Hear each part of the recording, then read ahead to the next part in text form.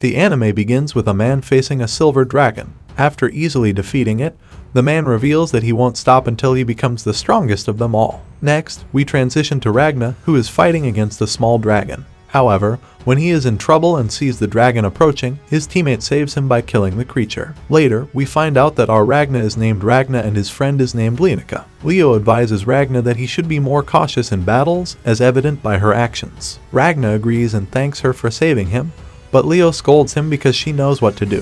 When he decides to compliment something about Leo, Ragna smiles and then thanks her again, only this time while stroking her hair, which makes her very happy. In the next scene, Ragna explains that dragons are creatures from ancient magical lineage and are also natural enemies or predators of humans. He also explains that there are two ways to kill them.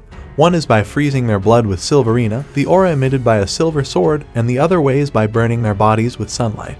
Then we see Ragna and Lenica walking around the village where he attracts everyone's attention because they know he is a genius. Ragna continues to narrate that those who kill dragons upon request are called dragon hunters, and of all the hunters in the city of Renava, his friend Leo has killed the most dragons despite her young age. After receiving a reward for killing the dragon, Ragna and Lenica go to a restaurant to eat something. While eating, Ragna takes a picture of Leo and reveals that he considers her his hero. Ragna thanks Leo for letting him witness her growth, and after saying that, a hunter from another table mocks Ragna for living under the shadow of that genius. However, they do not know who the hunter is, which makes him angry. The hunter introduces himself as Sake, but even though he says he is second on the list of dragon hunters, they do not recognize him, so he approaches Ragna and tries to bother him again by calling him a burden to Lenica. Hearing this, Lenica stands up and threatens him with a sword while questioning his beliefs. When he doesn't answer, Lenica tells him that her dream is to become stronger by gaining the highest power, so she plans to continue hunting dragons and even considers hunting the dragon god when she finds it. She then asks in the bar if anyone dares to accompany her on her journey. Lenica made sure that anyone who did would get a share of all the rewards they got. But when everyone noticed, the only one offering was Ragna, which made Lenica very happy. Then, they left everyone at the bar behind. The next day, we see Ragna practicing and thinking that even though he practices all the time, he will never reach Leo's level, so even if he gets eaten by a dragon as long as it is useful for Leo, he doesn't mind dying like that. But suddenly he was stopped by a figure who told him that it would not happen and that he would lose everything. Then, he was moved to a place where Ragna was surrounded by fire, where he saw Leo's death. Ragna woke up crying, scared, and thinking it was just a dream until he suddenly heard the voice of the figure. Then, at night after dinner, when seeing Leo, Ragna remembered his vision. The next day, the kids went on a mission, and like the others, they found that there was no mission, so they decided to rest. In that place, Ragna told Leo that it was time to cut her hair. Then, we see Ragna cutting Leo's hair when suddenly part of his vision comes back to haunt him. Another day passed and Ragna continued to be disturbed by his vision, so he practiced very hard. Meanwhile, at the bar, Sake along with other hunters analyzed the behavior of the dragon, which seemed to be migrating eastward towards Don Piru, which surprised them as the city had not been attacked for years. Lenica, who was in the same place, overheard the hunters talking about this and suggested to Ragna to go to the city. However, when trying to talk to him, she realized that Ragna was lost in his thoughts and had to wake him up. When she did, she saw that Ragna was very tired and his hands were injured. Leo said that she had noticed that Ragna had been working harder lately and wanted to know what was happening or what was bothering him. Ragna, very sad, asked what he could do for Leo because he wanted to help her significantly. Leo then replied that when she first saw Ragna, she thought that Ragna had the potential to reach his strength, but Ragna disagreed because he felt he did not have the same talent.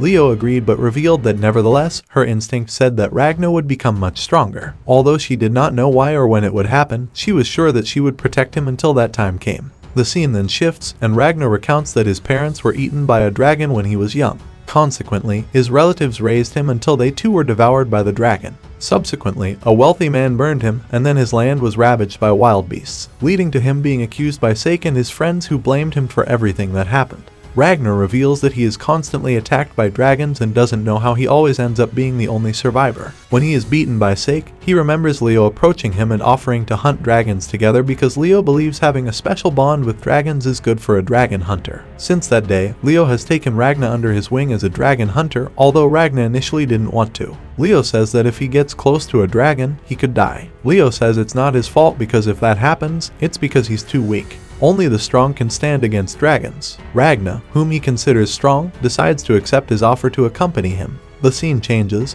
and we see Ragna very scared facing his first dragon. However, Leo jumps towards the beast and easily defeats it with his sword. Seeing this, Ragna thinks that Leo is very strong and is sure that Leo won't die before him. Therefore, over time, he promises to always be by Leo's side until the dragon eats him. However, suddenly, we can see that the next night, Ragna is haunted by visions that make him cry. The next day, they approach the mission board and find that the city of Dompiru has fallen completely. Leo is surprised that this could happen because they thought the city didn't need dragon hunters. Leo asks if he knows something, and he replies that only he knows that a horde of dragons attacked at dusk. Therefore, the kingdom issued an emergency mission to exterminate these dragons. After hearing this, Leo says that this is a very good mission. However, upon seeing Ragna, he realizes that Ragna is pale and is just trying to say that they should escape. Suddenly, Ragna starts to run when he sees the city destroyed. Ragna tries to warn Leo about what he saw in his vision, and Leo stares into Ragna's eyes, promising that he won't die. The scene changes,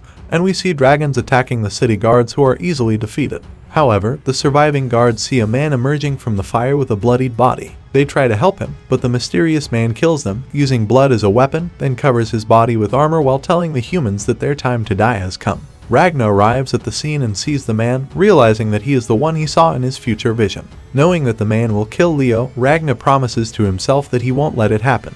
Leo also saw the man and thought that he would die, then asked what a high-level dragon was doing there. As she was almost attacked, Ragna tried to attack the dragon from behind. Ragna struck the high-level dragon, but his sword shattered into pieces. Consequently, his opponent said that blood was fire, and then attacked him with a large burst of fire. Leonica asked Sake to save Ragna, who fell into the river while she faced the enemy. Leo approached the high-level dragon and attempted to attack it.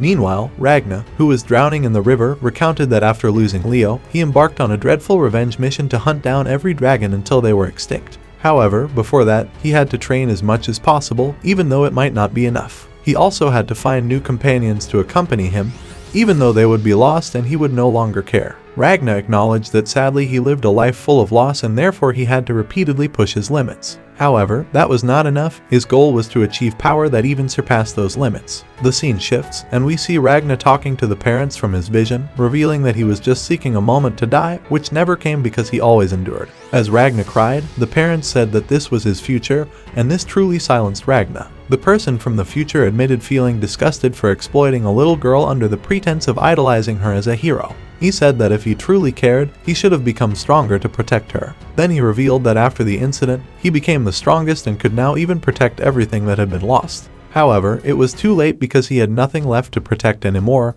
and thus he didn't understand the motivation to become so strong. Ragna heard him and asked him to give all that power because the time to be strong was now. The parent distanced himself and admitted that's what he felt from the beginning.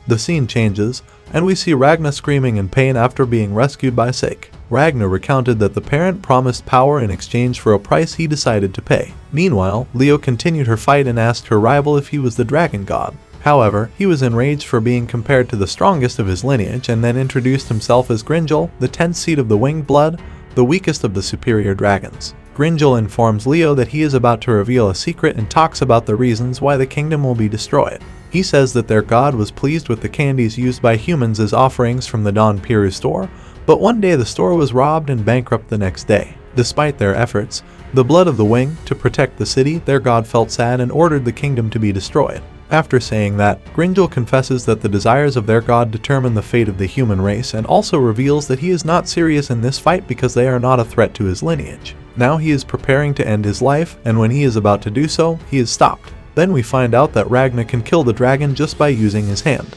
This is because for years he fought dragons until his sword became a part of himself. Adult Ragna says that it caused a lot of pain, but he decided to ignore it to keep fighting. Years after suffering, his body finally fused with his sword, which was made of silver. However, he was not satisfied with it, so years later he developed a technique that enhances silver in his body and then also learned to control it.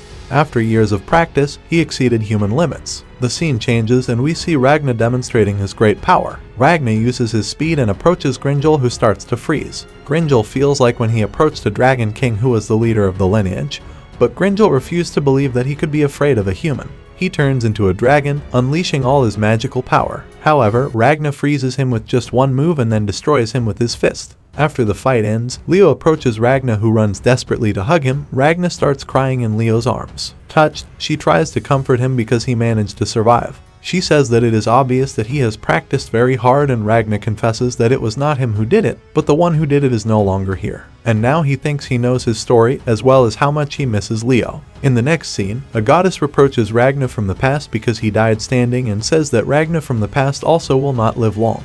Therefore, she is surprised that he still has a sentimental view and then admits that all his hopes to create a world without dragons are in his hands in the past. The scene changes and tells that on the same day when they attacked Renava, 7 other cities were also attacked and 6 of them fell, including the capital. However, that day when we see Ragna, he tells us that the Death Angel of Dragons was born. The next day, Leo and Ragna were talking about the damage caused in the city, but Ragna was just happy to see Leo alive. Suddenly, Sake entered the room, and Leo asked what he was doing there. Sake, very angry, said that this was his home and reminded Leo that she had asked him to rent the room because their inn had burned down. However, he then asked what they were going to do, and Ragna said that the best thing to do was to leave the country. To the children's surprise, he told them that the dragon god demanded that this kingdom be destroyed, so they should take this opportunity to escape because they were close to the border. But Sake stopped him and, surprised by his way of speaking, asked if he was Ragna because the person he knew wasn't strong. Before Ragna could answer, he fell asleep, making Sake very angry, but Leo said that he couldn't help it because his very tough training made him very unstable. Suddenly, as Ragna slept, a loud explosion caught Leo and Sake's attention,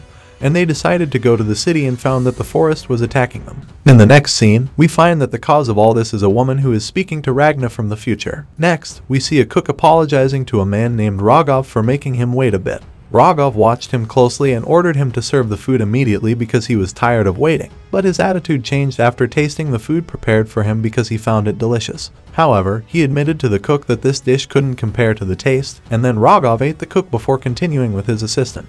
The dragon approached another surviving assistant and said that their god ordered them to exterminate humanity, so he thought he had free reign to eat all the humans in this country, starting with his biggest feast in centuries. Meanwhile, in the city, he destroyed one of the tentacles that bothered him and found that this was the work of a dragon. Pick was surprised because the basic thing he knew was that dragons didn't attack under the sunlight. On the other hand, Leo was cutting down trees until they saw the tentacles attacking them, which had taken over Ragna. But when she tried to reach Ragna, the tentacles attacked her, causing Leo to panic, so when Ragna heard that Leo was in danger, he woke up and showed great strength by freezing all the tentacles at once, then headed towards the main tree, ignoring Leo's cries, wondering where Ragna went. He felt annoyed for being disturbed from his sleep and thought that after saving Leo, he would relax, thus reducing his vigilance. Finally, he arrived in front of Rogov, who tried to speak to him to stop him, but Ragna ignored him and delivered a hard kick to his face, causing him to freeze. Meanwhile, Ragna continued to think that he was cursed because everyone around him died at the hands of dragons,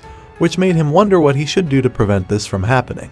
But then he realized that the clear answer was to kill all the dragons in the world, although he doubted whether he could do it because even in the future he couldn't. Suddenly, his thoughts were interrupted by a girl who was a dragon captive. Ragna recognized her and asked if it was a coincidence, but the girl didn't understand.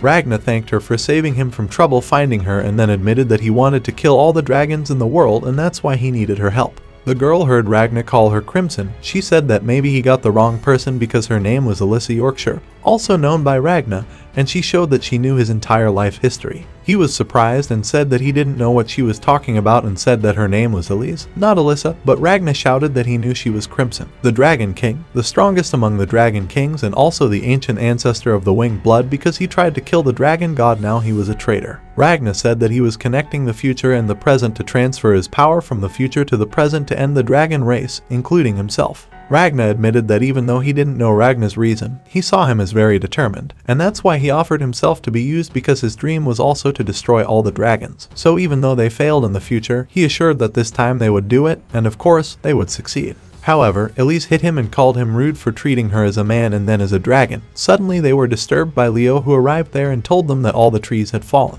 Leo asked if that meant the fight was over, but then we saw Rogov still alive and ready to retaliate against Ragna for hitting him. Seeing what was attacking, Ragna took the opportunity and threw a silvering bomb that exploded him from the inside. Leo, seeing what he did, said that he had become too strong and was very happy to remind him that that was what he wanted. He said, but Ragna decided to keep his distance from them and asked for a request because he needed to bring all the village people across the border. Leo heard and asked what he would do, and Ragna replied that he had to stay to deal with something, but he promised to join her after it was done, which she refused. Leo said she would accompany him, and Ragna said the destination was very dangerous, so he was very annoyed and replied that danger was part of his job as a dragon hunter. Leo asked why he was being treated like that and why he was trying to leave her. Ragna tried to explain that they would only work separately for a while, but he was interrupted, saying that she should have followed his orders, which surprised Ragna. Leo tried to apologize because it was not what she meant, and Ragna was just stunned because he had never seen Leo lose his calmness. After all, he was strong, calm, and intuitively knew what was right.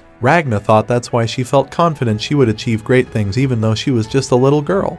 But then Ragna got angry. After all, she believed she needed to be stronger than necessary because she was weak and pathetic, and when she remembered Ragna's old words, she asked Leo if she remembered what she said when they first met. Ragna smiled and admitted that her words had saved her, and it made her very happy to have known her. Leo began to cry wordly and ran towards her with her sword, but Ragna held her back with one finger and then bid farewell automatically. Then we see that Ragna saved Leo and carried her on her back and revealed that they left the country because it was the only way to survive, as Ragna said, and when mentioning it, Leo became sad, so Ragna asked what happened. She remembered when she was with Ragna and asked what her dream was, and she answered that as long as she was by her side, she didn't need anything else. When she remembered her words, she became angry because she tried to attack Ragna, but now she acknowledges that Ragna has the strength she desires, and even though she tried to kill her, she knows she will fail, so she asks why Ragna left her and then starts crying, begging Ragna not to leave her. The scene changes, and we see Elise approaching Ragna, who is watching from a distance. When Leo crosses the border, she asks if it's okay for Ragna to leave Leo like that. And while crying, Ragna answers that it's okay because she can only be with people whose death does not hurt her or they are not dead.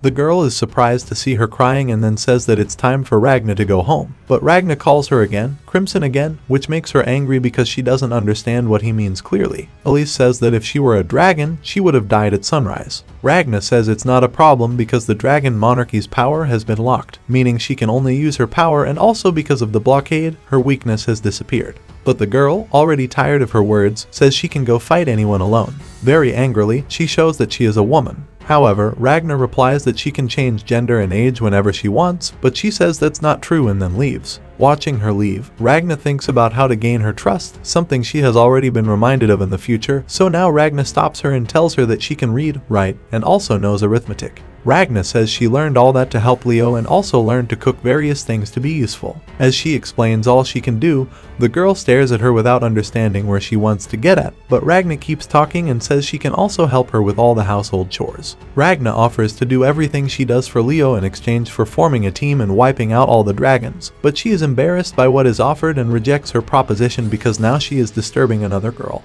Ragna replies that it's not true because she's a man, but the girl says she can't meet her expectations. Suddenly, she hears Ragna fainting from fever, and after making sure she's unconscious, she decides to use her power. When Ragna slept, he checked his body and learned two things. First, he was using a silver sword that allowed him to produce and emit silverina, making him excited to test his full potential as he found an unknown method to kill dragons. However, they were disturbed when some dragons flew over his position towards the fleeing people, so Ragna took Crimson into his arms and took him along to prevent dragon attacks on the fleeing people. Finally, Ragna chased the dragons and stood in front of them to demonstrate his power. Ragna used his technique called Silvering War Art, summoning many silver swords that could be thrown toward the animals during the battle. One of the swords fell into Crimson's hands, who clearly analyzed it and then thought about the possibility of rallying forces with those powerful swords. He decided to cooperate with Ragna, attacking the remaining dragons with his pet, Slime, which hid inside his body. Later, he revealed his true identity to Ragna, who was pleased that it turned out to be true. Crimson agreed to team up with Ragna with one condition.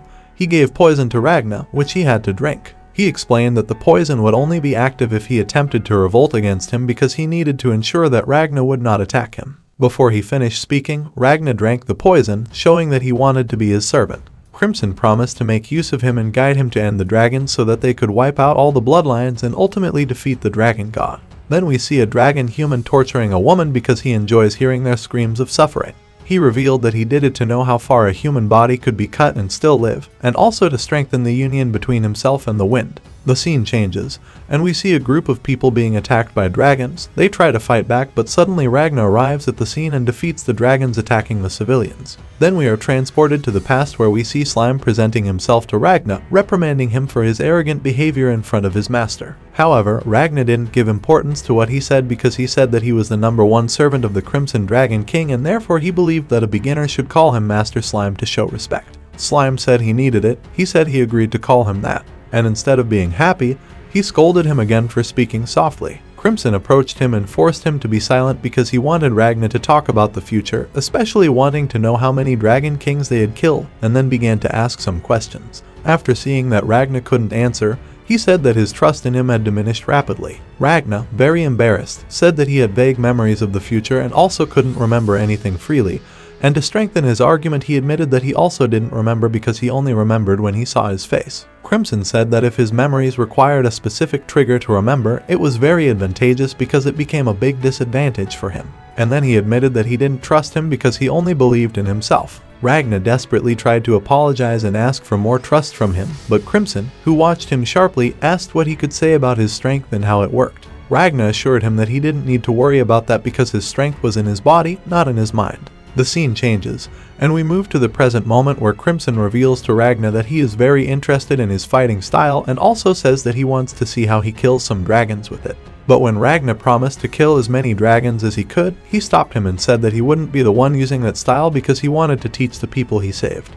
Crimson informed the townsfolk that they had dealt with all the nearby dragons and then introduced Ragna to them as Ragna the Reaper, a master dragon hunter. But even though Ragna tried to stop him, the dragon that soon appeared introduced himself as a humble wizard, Ragna's companion, and then told about the existence of magic in this world, which usually can only be used by high-level dragons because they have a large amount of magical ability in their blood, therefore very few humans can use it. He said that because of this, it is very rare to see a wizard, which causes people to only hear about them, so it is very likely that they have never seen one.